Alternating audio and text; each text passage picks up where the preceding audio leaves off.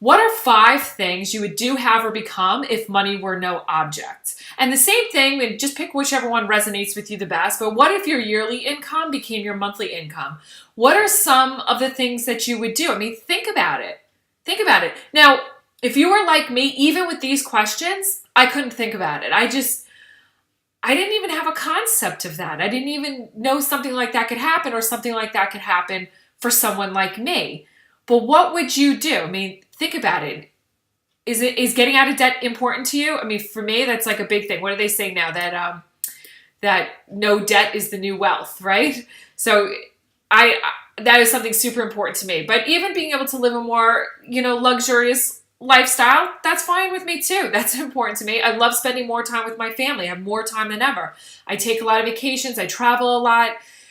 My quality of life has improved so significantly. And I'll tell you something. There was a time that I was eligible for welfare.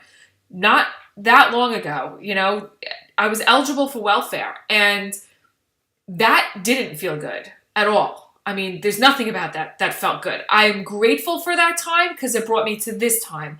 It made me say, okay, I really have to figure this out. I have to do something here. My husband and I had to do something. We have kids.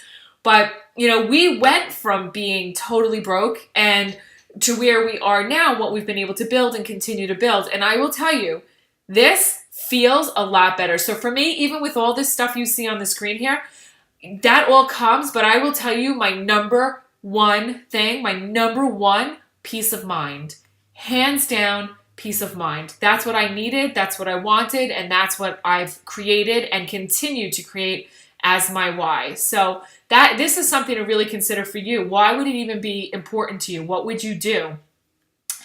Anyway, there's only 2 ways really for average people to get their dream life. Just again, we're talking average people. There's plenty of jobs that create a lot of income, not necessarily time, but income.